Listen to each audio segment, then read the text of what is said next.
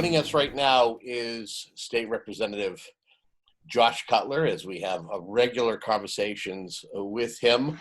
Here we are right around Labor Day. How are things going for you, Representative?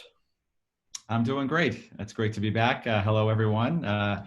Back virtually, but always happy to talk to you, Kevin, and to hear through you to our great audience.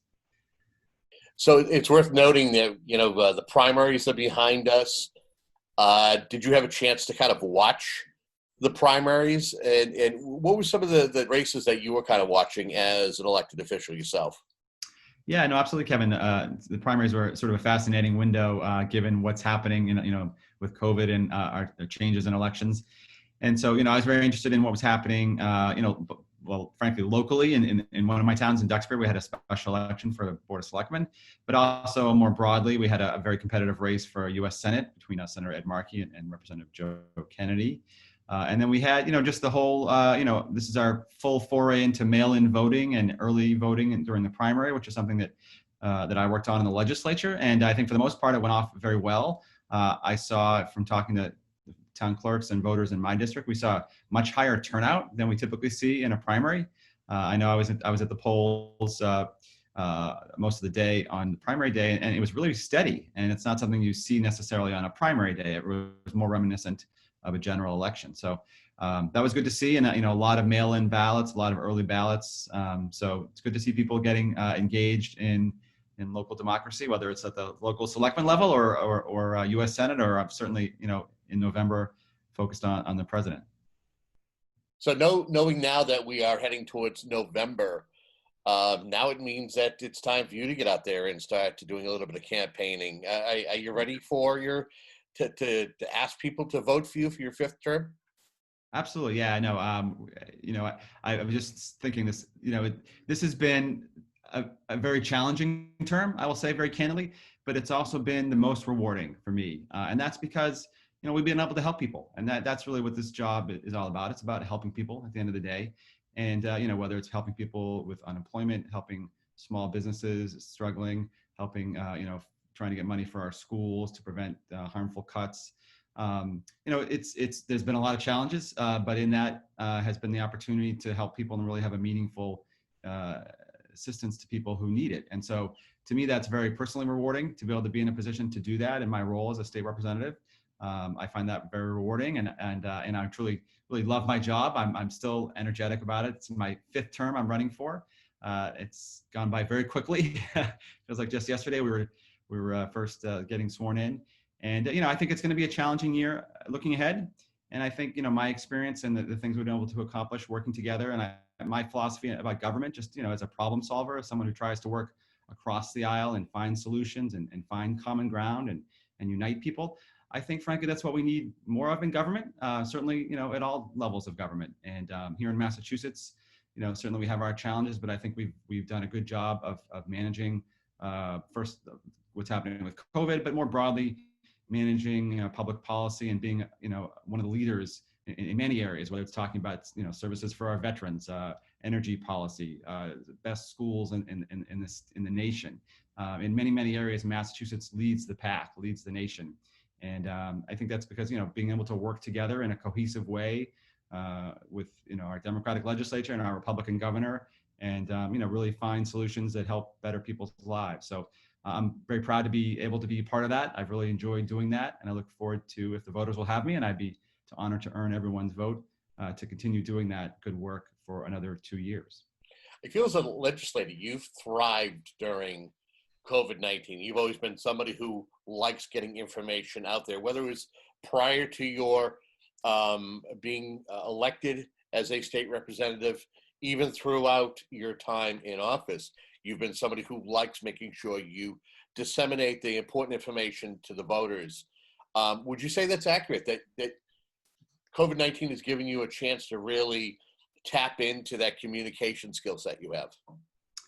Yeah, absolutely. Yeah, before being a representative, I was a newspaper editor. It's sort of in my blood. My dad and my grandpa were both in the same business, and so I bring that sort of same point of view, trying to be a good communicator, trying to make sure people have clear and accurate information. I think that's a big part of this. There's unfortunately, a lot of misinformation sometimes that gets out there, but trying to make sure people have accurate information.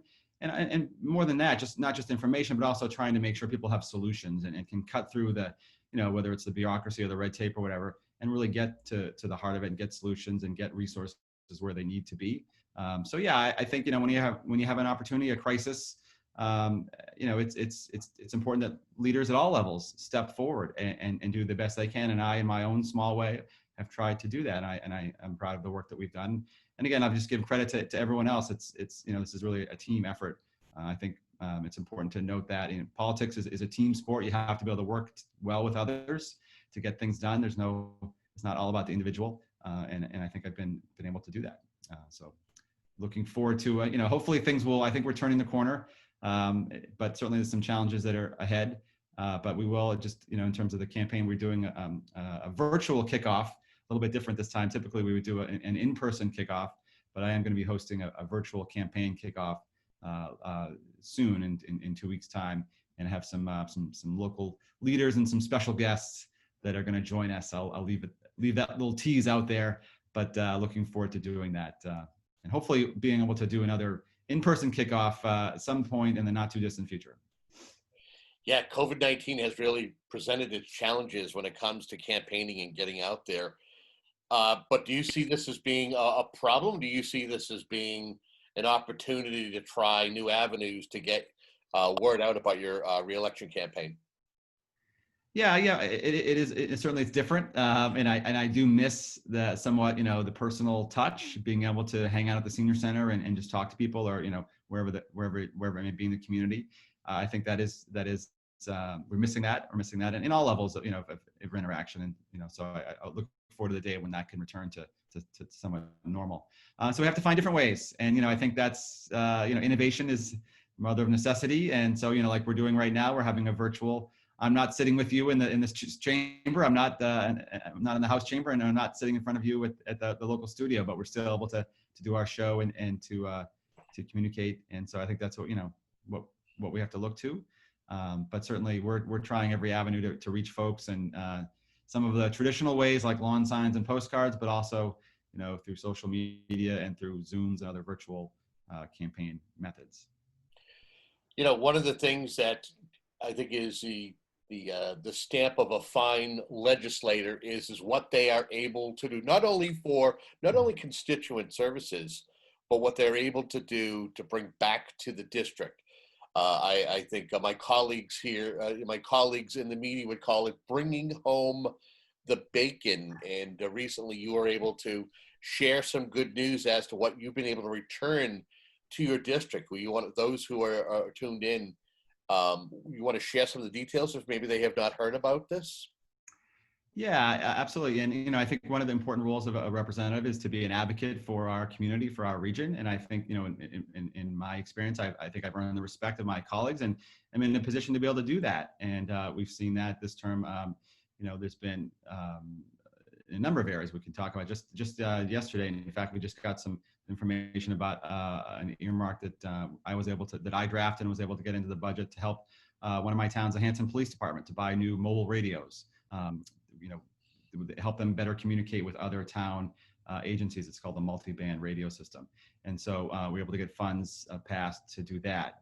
Able to get funds passed to put in a new mass trails path here in Hanson.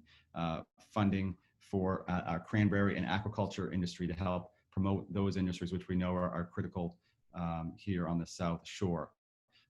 So really, a lot of examples. Been very proud of the work that we've done. The Pembroke Public Library got some funding this year to help them buy new computers, upgrade the Mattakesett Street playground over in Duxbury to help make some improvements at the Duxbury American Legion post to help better serve our veterans. So, always looking for ways to be able to work. And again, working across the aisle, this is all, nothing gets done by one individual. You have to be able to work together and be able to earn the respect of your colleagues. And I think I have done that. I wanted to say, Kevin, we did get some good news. I also serve on the Ways and Means Committee, which I know is kind of insider baseball, but it is, the budgetary committee at the state level, and probably the most significant committee in terms of financial issues. And we were able to just recently make some important commitments to our cities and towns about local aid. And I know this is an issue that's vitally important because it trickles down. Everyone's focused on school reopenings right now and what that looks like, and how we're going to do that. But one of the things that we've seen is because of COVID and because of the economic downturn that has caused, is it puts a downward pressure on local aid and our cities and towns and school funding. And so, at one point, I can tell you, I can share this. At one point earlier in the summer, I was hearing rumors and discussions about, potentially 10% or even 20% cuts to local aid. And that would have been, that would have had a significant negative impact on our teachers, on our police and fire, on our town services, you across the gamut. And so, very pleased that, the House has come forward and made a public commitment to our cities and towns just recently to basically ensure that there are no cuts to the two major local aid sources, which one is called Chapter 70. We've talked about that. Chapter 70 school aid, which is direct aid to our school districts. And the second one is called, I always enjoy this, is called UGA, Unrestricted General Government Aid, or UGA for short. Most folks may remember what used to be called lottery aid. And so the House has made an important commitment to level fund at minimum, in other words, to make sure there are no cuts to either of those two major sources of local aid for our cities and towns for fiscal year 21, which is the fiscal year that we're in now. That's an important thing on a couple of fronts. Number one, having that knowledge allows our local school committees, selectmen, and other local officials to better plan their own budgets, and also giving them, a minimum, a baseline, so that they can know that there aren't going to be any cuts to state aid, that they can, hopefully continue services at the same level or even better level than they were before. We know this is going to be a difficult year regardless. Certainly, there's no changing that. But making this commitment about local aid, I was very proud as a member of the Ways and Means Committee to be able to be part of that discussion and that decision, and making that commitment to local aid, to hold harmless, to ensure that there would be no cuts to our two major local aid sources, was an important statement that the House has made, and really proud of that, and so happy and thrilled, because it's really tough when you see what's been happening in some areas where we've seen teachers getting the pink slips, and towns grappling with cutting back services, employees getting laid off in some cases. And so we want to do everything we can to make sure that those things don't happen. And making this commitment about local aid is an important way to do that. Certainly, we're not out of the woods yet, and there's certainly funding challenges ahead, budgetary challenges ahead. We're hoping that the federal government will continue to provide some much needed assistance. We're hoping that Congress can step forward and come to some agreement about this latest federal aid package. Fingers crossed on that. And but certainly, very good news in terms of this commitment that the House has made to our cities and towns. It's worth noting, you had mentioned returning to school just in a short week or two. We're going to see schools opening up in and around the Commonwealth. Knowing yourself, you have two children that go to school. How do you feel as a parent, not besides being a legislator? How do you feel in regards to COVID-19 and your children returning? And depending on what school system they're in, the model that was chosen. Yeah, so definitely it's a concern. Every parent, and talking to teachers as well. We've had a number of Zooms with some of our local teachers, and they obviously have a lot of concerns. And it's not an easy thing. And I think for the most part, the communities, in my district and most of the ones that I'm aware of on the South Shore are moving to somewhat of a hybrid reopening plan, which in different communities means different things. But essentially, the students going to school, 2 days a week, in some cases 3 days a week, and then doing remote learning for the other portion of the day. We'll see how that works. I think that's a reasonable approach and a prudent approach. I think there's still things we need to work out about that, how we handle special needs students, how we handle teachers who have health issues. They should have the flexibility to be able to do remote teaching if that's necessary. So I think we're gonna have to work some of this out, I think, certainly, But I think, from what I've seen talking to our teachers and talking to our school administrators, and as a parent myself, I think the hybrid approach, seems like a sensible way to go. And hopefully, knock on wood, hopefully as we get through the semester, we can have a little more data and a little more, a little more clearer picture of what's happening and move on from there. But for the time being, I think the hybrid model is something that, seems to be a well thought out approach. At least, again, I've seen the communications from my own kids. I have two kids, an 8th grader and a 4th grader, and seeing the messages back from their teachers and their schools, I'm reassured that they're really putting a lot of thought and effort into the process and the planning to ensure that this is handled in the best way it can be. One of the things, Kevin, just a little bit of a segue is obviously, there's going to be added expenses for our schools for remote learning expenses, for PPE, yep. Among other things. And we did have some good news on that front. We did a supplemental budget that the House and Senate recently passed and was just signed into law by the governor, using some of our federal CARES money.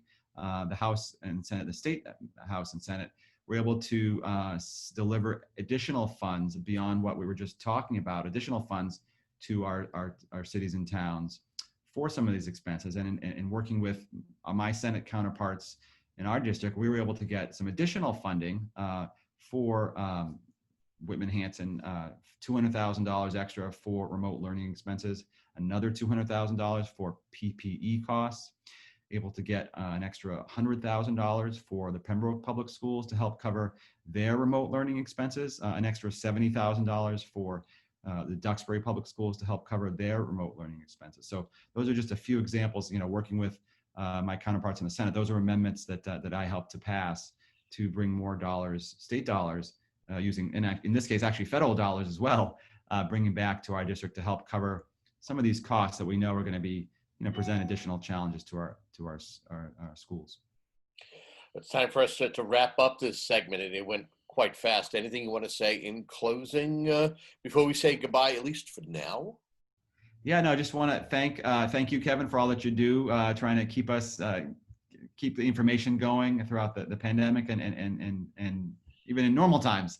And thank the voters who've put their faith in me in the past. I truly love the work that we're done together, and hope that we can continue to do that. And if folks do need help, I would encourage you to reach out. We're still helping people with unemployment, with helping with small business resources. We know there's a lot of need out there, and I would encourage you to please reach out to me if you live in Pembroke, Duxbury, or Hanson and need help.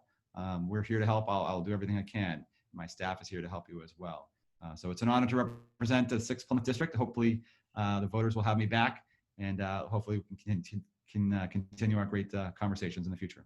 Thanks, Kevin. You have been watching Municipal Focus, and until next time, have a good day.